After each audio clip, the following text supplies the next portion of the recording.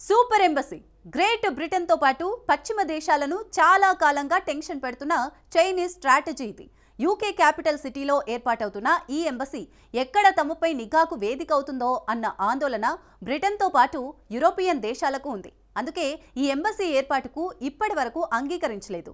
ఇప్పుడు మాత్రం స్వయంగా యూకే ప్రధాని చైనీస్ సూపర్ ఎంబసీకి గ్రీన్ సిగ్నల్ ఇచ్చారు. అది కూడా తమ సూపర్ ఎంబసీ ప్రణాళికను ఆమోదించుకుంటే తీవ్ర పరిణామాలుంటాయని చైనా హెచ్చరించిన తర్వాత.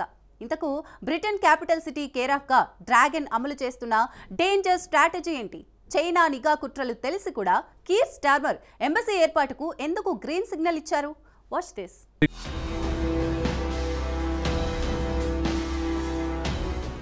చైనా పర్యటనకు ముందు యూకే పీఎం సంచలన నిర్ణయం.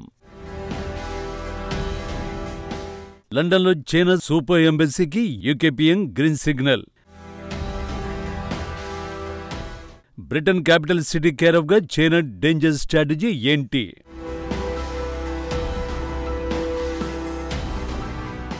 ప్రపంచంలోనే most powerful spying network China సొంతం. కానీ అది చాలా సైలెంట్గా పనిచేస్తుంది. చైనా నిఘా సంస్థను మినిస్ట్రీ ఆఫ్ స్టేట్ సర్వీస్ గా పిలుస్తారు. నిఘా సంస్థ అంటే రహస్యంగానే ఉండాలి అన్న సిద్ధాంతాన్ని చైనా బలంగా నమ్ముతుంది. అందుకే ఈ సంస్థ గురించి ఎక్కడా ఎలాంటి సమాచారం దొరకదు. దానికి సంబంధించిన ఎటువంటి పుస్తకాలు కూడా పబ్లిష్ చేయదు. దీంతో ప్రపంచవ్యాప్తంగా దీనిపై చర్చకు అవకాశం లేకుండా పోయింది. భారత్లో కూడా మీడియా, రాజకీయ నాయకులు పాకిస్తాన్ ఇంటెలిజెన్స్ సర్వీస్ పై ఎక్కువ దృష్టి పెడతారు. కానీ చైనా గురించి పట్టించుకోరు. విదేశాల్లో నివసిస్తున్న తమ పౌరులపై ఒత్తిడి తెచ్చి బ్లాక్మెయిల్ చేస్తూ, మోసం చేస్తూ తన లక్ష్యాలను నెరవేర్చుకుంటోంది. దీంతో పాటు విద్యా సంస్థలు, మీడియాను చైనా తన బలంగా ఉపయోగించుకుంటోంది. ఒక్క ముక్కలో చెప్పాలంటే ప్రత్యర్థులపై నిఘా పెట్టడానికి డ్రాగన్ ఏ ఒక్క అవకాశాన్ని వదులుకోదు. తాజాగా అంతకు మించిన స్పై యాక్షన్ షురూ చేసింది చైనా. ఆ యాక్షన్ గ్రేట్ బ్రిటన్ సహా పశ్చిమ దేశాలకు కంటి మీద కొనుక్కు లేకుండా చేస్తోంది.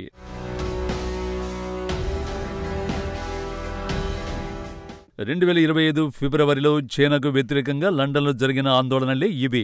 ఈ ఆందోళనల్లో పాల్గొంది లండన్ వాసులే కాదు, హాంకాంగ్ నుంచి వచ్చిన శరణార్థులు కూడా. దీని కారణం లండన్లో చైనా నిర్మించబోతున్న భారీ దౌత్య కార్యాలయమే. డైలీ మెయిల్ ప్రకారం టవర్ ఆఫ్ లండన్ కు అతి సమీపంలో ఉన్న రాయల్ మింట్ ప్రాంతంలో ఈ ఎంబసీ ఏర్పాటుకు చైనా ప్రయత్నిస్తోంది. ఈ ప్రాంతం సైనిక, ఆర్థిక, గూఢచార రంగాల్లో అత్యంత సున్నితమైన ప్రదేశం. గతంలో బ్రిటన్ నిఘా సంస్థ MI5 స్కాట్లాండ్ యార్డులు ఈ ప్రాజెక్టుపై అనుమానాలు వ్యక్తం చేయడంతో దానికి అనుమతులు నిలిపేశారు. కానీ ప్రభుత్వం మారిన తర్వాత ఈ ప్రణాళికకు మళ్లీ పునరుద్ధరణ కలిగింది. ఇదే ఇప్పుడు పెద్ద చర్చకు దారితీసింది. చైనా దౌత్య కార్యాలయం స్థలానికి చాలా దగ్గరలో 3 పెద్ద డేటా సెంటర్లు, stock exchange, bank of England వంటి కీలక ఆర్థిక వ్యవస్థలు ఉన్నాయి. ఈ నేపథ్యంలో ప్రధానమంత్రి కార్యాలయానికి బ్యాంక్ ఆఫ్ ఇంగ్లాండ్ స్వయంగా అభ్యంతరాలు కూడా తెలిపింది. కానీ చైనా మాత్రం మెగా ఎంబసీ నిర్మాణంలో దూకుడుగా ముందుకు వెళ్లడం స్టార్ట్ చేసింది.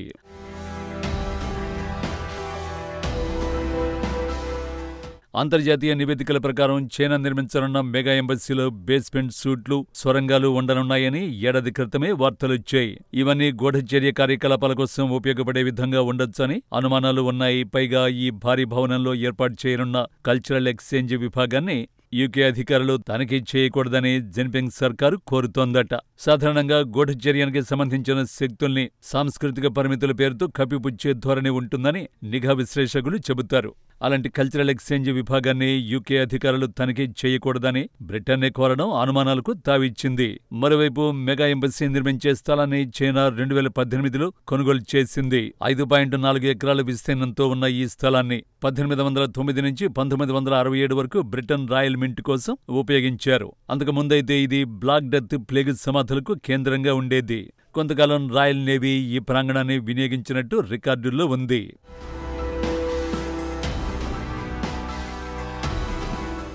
బీజింగ్ ప్రణాళిక ప్రకారం లండన్లో నిర్మించే మెగా ఎంబసీ యూరోప్లోని అతి పెద్దదిగా రూపొందనుంది.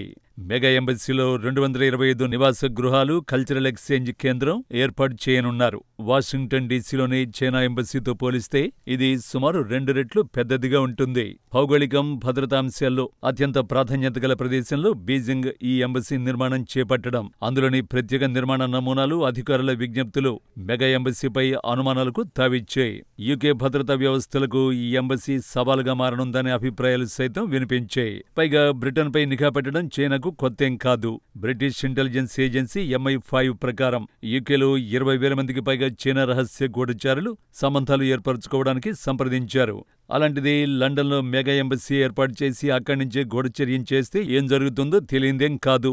అందుకే లండన్లోని మెగా ఎంబసీపై ఆందోళనలు పెరుగుతున్నాయి. ప్రభుత్వం కూడా ఈ ఎంబసీకి అనుమతులు ఇవ్వకపోవడం అందుకే. కానీ ఇప్పుడు మాత్రం స్టామర్ సర్కార్ ఈ విషయంలో బిగ్ స్టెప్ తీసుకుంది.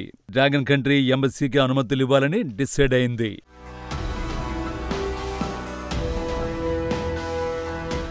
యూకే ప్రధాని కీర్ స్టామర్ మరికొద్ది నెలల్లో చైనాలో పర్యటించబోతున్నారు. ఈ పర్యటన నేపథ్యంలో చైనా మెగా ఎంబసీ ప్రణాళికకు ఆమోదం తెలపాలని కీర్ స్టామర్ ప్రభుత్వం నిర్ణయించింది.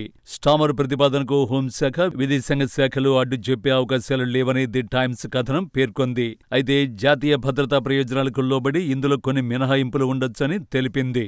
డిసెంబర్ 10లోగా అధికారికంగా అనుమతి లభించొచ్చని పేర్కొంది. ఈ మొత్తం వ్యవహారంలో ట్విస్ట్ ఏంటంటే తమ ఎంబసీ ప్రణాళికను ఆమోదించకపోతే తీవ్ర పరిణామాలు ఉంటాయని చైనా ఇటీవలే హెచ్చరించింది. దీంతో చైనా బెదిరింపులకు భయపడే స్టామర్ ఈ నిర్ణయం తీసుకున్నారనే విమర్శలు వినిపిస్తున్నాయి. ఏది ఏమైనా లండన్లో అందున దేశ రహస్యాలు తెలుసుకోవడానికి అవకాశం ఉన్న ప్రాంతంలో చైనా మెగా ఎంబసీ ఏర్పాటు బ్రిటన్కే కాదు యూరోపియన్ దేశాలకు ముప్పే. ఆ మాటకొస్తే అమెరికాతో పాటు బ్రిటన్తో సత్సంబంధాలు ఉన్న ప్రతి దేశానికి ముప్పే.